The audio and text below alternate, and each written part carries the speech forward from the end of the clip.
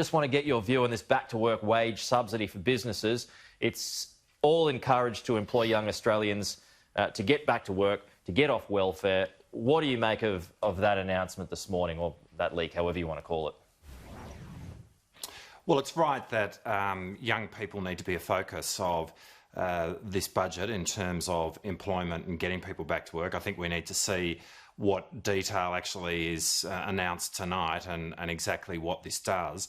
I mean, it goes to one of the points here, though, which is that in looking for a budget tonight which actually provides a genuine, thoughtful plan around getting the country working together, and not just in terms of a recovery, but actually plotting a path to a prosperous future, there's got to be more than a set of piecemeal announcements. And so on the one hand, you know, we've got JobKeeper being removed at a rate which, in our view, doesn't reflect the reality of what's happening out there. There are whole swathes of the economy, a lot of which relate to young people, where people are not able to go back to the work that they've been doing just yet. And then on the other, you know, we're hearing this announcement. So we need more than piecemeal announcements here. We actually need a proper plan to get the country working again. Well, the government says that this back-to-work subsidy offsets the need for JobKeeper to be extended beyond March. Is that something that you could agree with? Well, again, it depends on what's actually announced tonight, and it depends on, you know, how much we're talking about, what the subsidy is.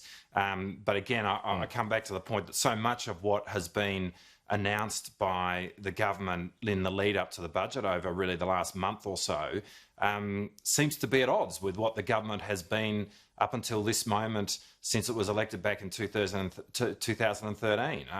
You know, they seem to be piecemeal announcements which are full of contradictions. And what we actually need is a comprehensive plan where the whole budget is pulling in the one direction to get Australia working again, and not just in the recovery, but plotting a pathway to prosperity. But it makes sense. It makes sense. Do you like the idea of it, that young Australians under the age of 35 who are on welfare at the moment, to be able to incentivise them to get back to work, to encourage businesses to take them on again, that's got some merit, right? Sure, we'll have a good look at it, Pete. It's absolutely right that young people have borne the brunt of this economic downturn.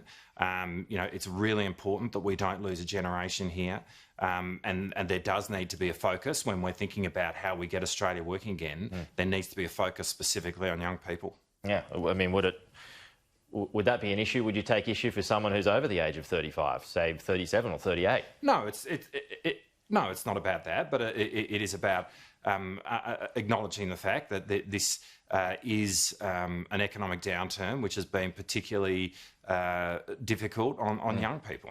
It's been particularly difficult on women. The way in which it has impacted the community has not been even, and that's normal. I mean, downturns tend to have results which impact more, some more than others. Young people, women, have been affected more in terms of this this recession. So, I mean, we'll have a look at the detail of what is being announced tonight.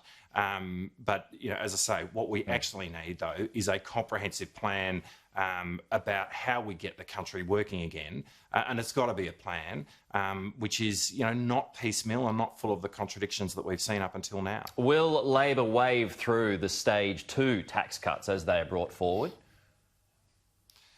Well, again, we'll look at exactly what is announced tonight, but I'd say this, Pete, that you know, we've been calling for more than a year now for the stage 2 tax cuts to be brought forward. So, you know, whatever our reaction is tonight, I can assure you it won't be a surprise. So you will wave them through? Well, I'm reluctant to respond to something that we haven't seen announced yet, and we're in this sort of awkward moment where they're dripping out bits of the budget and then saying wait and see tonight, and we're trying to respond in like vein. You know, I think we'll respond to the hard information tonight, but if it is stage 2 being brought forward, I'd just make the point that that's something we've been calling for now for more than a year. Okay, and you'd support the backdated cuts?